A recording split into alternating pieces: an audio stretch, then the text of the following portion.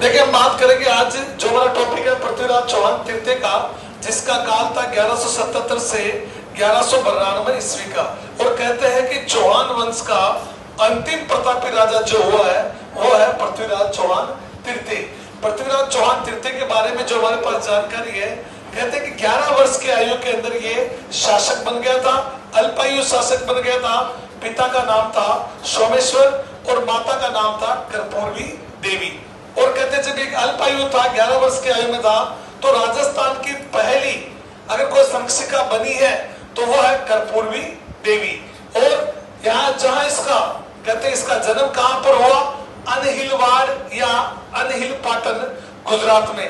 और उसके बाद हम बात करते हैं कि पृथ्वीराज चौहान तृतीय कि जब ये शासक बना तो इसका मुख्यमंत्री किसको बनाया गया, कदम्बवास या केमास को, और सेनापति बनाया गया था भुवन मल को। तो हम आगे बात करते हैं कि पृथ्वीराज चौहान तृतीय की चर्चा जो हम करेंगे,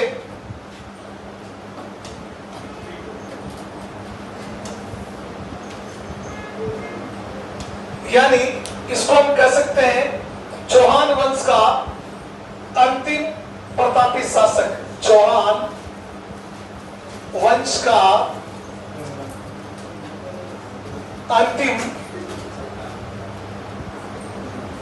प्रतापी शासक वो था पृथ्वीराज चौहान। इसके बाद हम कह सकते हैं इसके पिता का नाम था दोस्तों सोमेश्वर चौहान, सोमेश्वर चौहान। और माता थी कर्पूरवी देवी।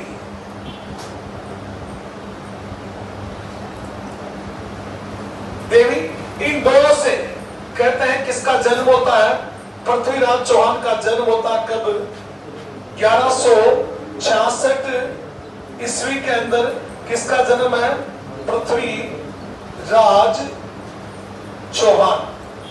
पृथ्वीराज चौहान कौन सा, ध्यान रखना दोस्तों, तृतीय। पृथ्वीराज चौहान कौन सा है, तृतीय। 1166 में इसका जन्म हुआ। और कहते हैं कि इसका राज्याभिषेक कब हुआ, ये गद्दी पर कब बैठा, तो हम बात करते हैं कि राज्याभिषेक 1177 ईस्वी के अंदर इसका राज्याभिषेक हुआ। यानी गद्दी पर बैठा, जिस समय गद्दी पर बैठा इस समय इसकी आयु कितनी थी, आयु थी मात्र 11 वर्ष। 11 वर्ष की आयु के बालक को इतिहास में क्या कहेंगे हम, अल्पायु। क्या कहेंगे इसको, तो यानी इस समय क्या था, ये अल्पायु था, इसकी उम्र कम थी। जब कहते हैं कि राजा की उम्र कम हो, कोई राजा जब गद्दी पर बैठता है उसकी आयु कम हो, तो उसके लिए किसकी नियुक्ति की जाती है, संरक्षक की। अब यहाँ पर कहते हैं कि पिता की मृत्यु हो गई थी, तो इसका संरक्षण किसने किया, तो यहाँ पर बनेगी राजस्थान की पहली संरक्षिका। यह आपसे क्वेश्चन पूछा जा सकता है, पूछा हुआ क्वेश्चन है कि राजस्थान की पहली संरक्षिका कौन थी, तो यहाँ पर मां बनेगी। तो राजस्थान की पहली संरक्षिका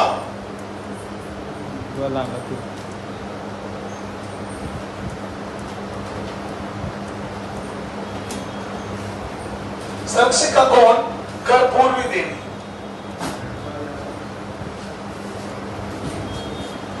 कर्पूरवी देवी राजस्थान की पहली संरक्षिका बनी। और यहाँ पर जो पृथ्वीराज चौहान है उसकी संरक्षिका यानी शासन की बागडोर किसके हाथ में रहेगी, कर्पूरवी देवी के हाथ में रहेगी। जबकि शासन किसके नाम से चलेगा, पृथ्वीराज चौहान तृतीय के नाम से चलेगा। इसके बाद देखिए जैसे ये शासक बना, शासक बनते साथ किसकी नियुक्ति की, मुख्यमंत्री की। किसका मुख्यमंत्री कौन बना, ये क्वेश्चन पूछा गया कई बार कई एग्जाम में कि भाई इसका मुख्यमंत्री कौन था, तो मुख्यमंत्री का नाम आता है दोस्तों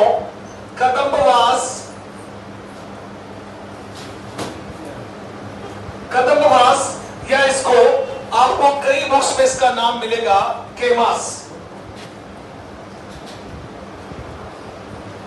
कदम्बवास या केमास। इसके बाद देखिए यहां पर सेनापति की नियुक्ति करेगा अल्पायु है और मां पूरे शासन की बागडोर संभाल रही है, पुत्र क्या है, छोटा है। तो यानी कदमवास केमास की नियुक्ति कर दी गई। सेनापति, सेनापति जिसको बनाया गया उसका नाम था भुवनमल। यानी केमास और भुवनमल के नाम कई एग्जाम में पूछे जा चुके हैं। तो सेनापति कौन था, भुवनमल।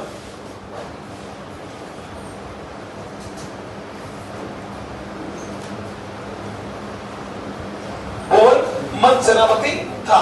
इसके बाद हम कह सकते हैं कि पृथ्वीराज चौहान तृतीय के बारे में कि इनका जीवन संघर्ष से भरा रहा, क्योंकि बचपन में ही पिता का साया इनके सर से उठ गया था।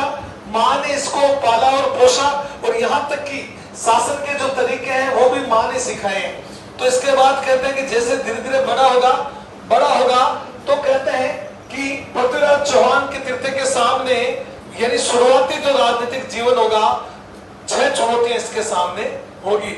सबसे पहली चुनौती होगी, इसका चचेरा भाई होगा जिसका नाम है नागार्जुन।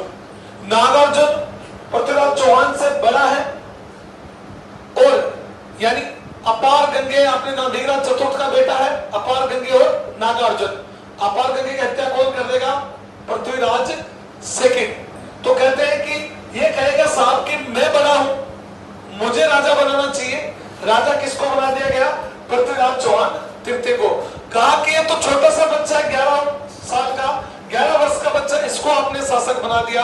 और इससे नाराज हुआ, कहते हैं कि इसने साहब पृथ्वीराज चौहान पर आक्रमण किया और गुड़गांव पर अधिकार कर लिया और गुड़गांव का राजा बन गया। तो सबसे बड़ी चुनौती शासक बनते जैसे हुआ, तो सबसे बड़ी चुनौती क्या थी, अपने चचेरे भाई नागार्जुन का क्या करना था, दमन करना था। ये कब की बात है, 1178 ईस्वी की बात है।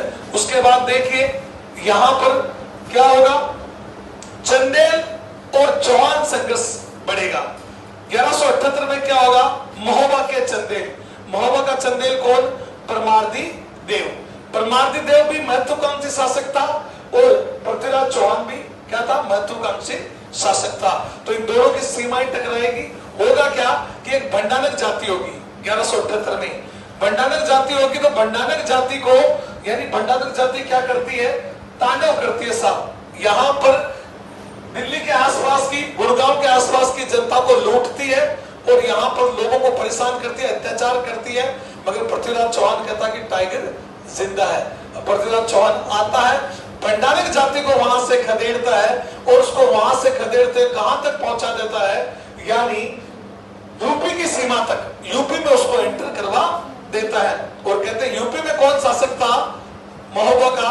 यूपी में एक जगह महोबा, वहां का शासक था परमार्दी देव चंदेल। और कहते हैं जब वहां तक इसकी सीमा, जब उसका पीछा करते हैं पृथ्वीराज चौहान तृतीय की सेना यूपी में घुस जाएगी महोबा तक, तो कहते हैं कि आपस में संघर्ष होगा और एक ये संघर्ष चलेगा। इसके बाद हम आगे बात करेंगे कि भंडारक जाति का देख लिया हमने, नागार्जुन का दमन देख लिया, और उसके बाद गहड़वाल और चौहानों के बीच में भी संघर्ष देखने को मिलेगा, जिसका प्रमुख कारण रहेगी सहयोगिता। सहयोगिता एक प्रेम कहानी रहेगी पृथ्वीराज चौहान तृतीय की, जिसके कारण गहड़वाल और चौहानों के अंदर वैमनस्य बढ़ेगा। जयचंद गहड़वाल की बेटी सहयोगिता, उसके बारे में चर्चा करेंगे। और आगे हम बात करेंगे तुर्कों के साथ संघर्ष। 2 युद्ध आपको याद रखने होंगे, 1191 तराइन का पहला युद्ध और 1192 तराइन का दूसरा युद्ध। यानी वही बात कि मैंने पहले भी बताया आपको कि मोहम्मद गोरी को 16 बार पकड़कर जिंदा छोड़ा, किसने, पृथ्वीराज चौहान तृतीय। और कहते हैं इतिहास इसको माफ नहीं करता। ये कहते हैं कि पृथ्वीराज चौहान तृतीय की सबसे बड़ी भूल मानी गई है, यानी इतिहासकार कहते हैं कि इसमें दूरदर्शिता की कमी थी।